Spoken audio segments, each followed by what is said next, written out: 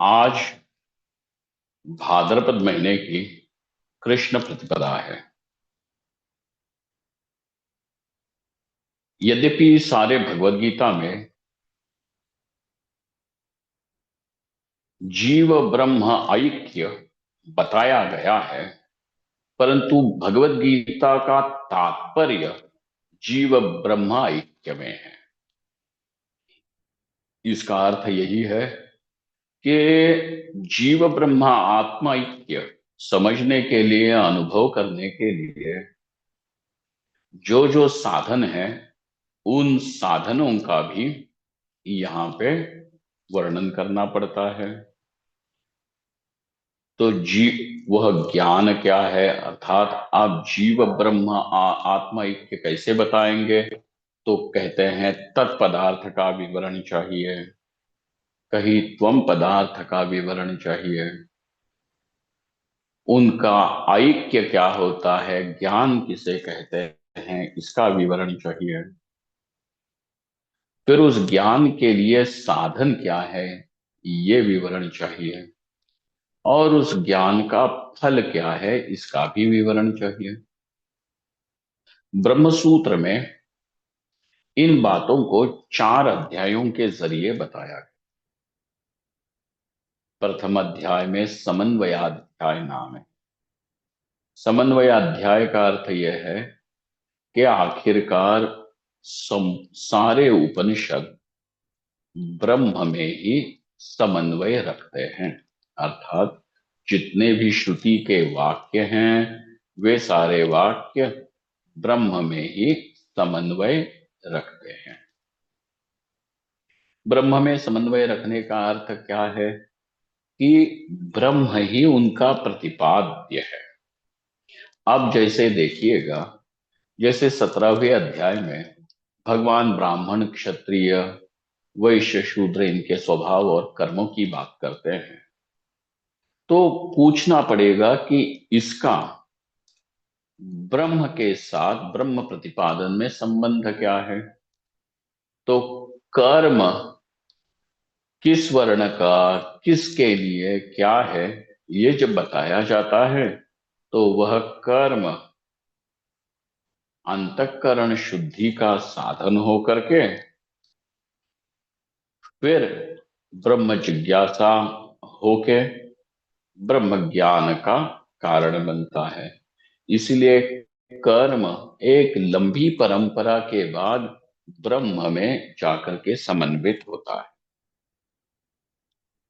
यद्यपि सारे वेद का प्रतिपाद्य परमात्मा ही है, तदपि इस प्रकार समन्वय ब्रह्म में कैसे होता है, ये दिखाने के लिए वेद के अर्थात उपनिषदों के सारे वाक्य आखिरकार ब्रह्म में ही समन्वित होते हैं, ये दिखाने के लिए ब्रह्म सूत्र का पहला अध्याय है।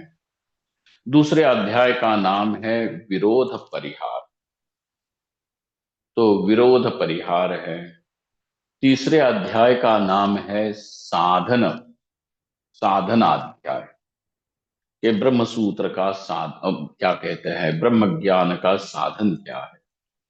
और चौथा अध्याय है फलाद। इस फल अर्थात ब्रह्म ज्ञान का फल क्या होगा, मोक्ष क्या है, सद्यो मुक्ति क्या है, क्रम मुक्ति क्या है, इस प्रकार वहां पे फल भी बताया गया है।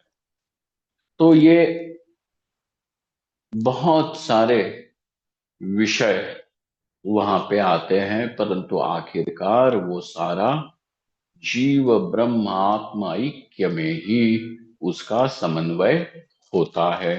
ये भगवत गीता का इस प्रकार विषय है, बिखरा हुआ है, वो देखना पड़ता है, समझना पड़ता है। इसीलिए तात्पर्य किसमें है उसका विचार करना पड़ता है, और तात्पर्य निश्चय हो जाता है षड्विध लिंगों से। ये क्या है, इसकी चर्चा और कहीं पे की गई है आचार्यों ने, वो देखना जरूरी है। परंतु भगवत गीता का विषय क्या है, अर्थात भगवत गीता का तात्पर्य क्या है, भगवत गीता उस तात्पर्य को प्राप्त करने के लिए साधन क्या बताती है, और फिर वह ज्ञान होने का फल क्या है, यह इस प्रकार भगवत गीता में विषय मिलता है। महादेव, दो Bhagavad Gita, like every Upanishad, holds Jiva Brahma Aikya as its main topic, and the knowledge of this oneness of Jiva and Brahma is what is said as to be the means for liberation. Yet in Bhagavad Gita, we are going to come across numerous topics ranging from various karmas and who and how those people should do the karma, what is upasana, etc., is all discussed over here. Now, how does karma, upasana also become the means for the knowledge is to be understood. And even if there is karma and upasana shown in Bhagavad Gita, but it ultimately culminates in the knowledge of Jiva Brahma, Aikya, oneness of Jiva and Brahma. Now, we are going to, in order to understand even this oneness, one needs to have the knowledge which is not infested by doubt, etc., about what is the Tat Padartha, what is the Tvam Padartha, what is called by this individual self, and what does it mean by this Paramatma, by the word God. What is meant by all that, by that Tat Ishvara? Now, that clarity also needs to be given, and Bhagavad Gita becomes a complete manual like the Upanishads in giving us various things, including this knowledge of every padartha in the Vakyam, as well as the various means to attain the knowledge. So, knowledge of Jiva and Brahma as one is the culmination, and that is what Bhagavad Gita ultimately intends to show. And this should be well understood through the thorough study of Bhagavad Gita. Thank you all. Thank you very much.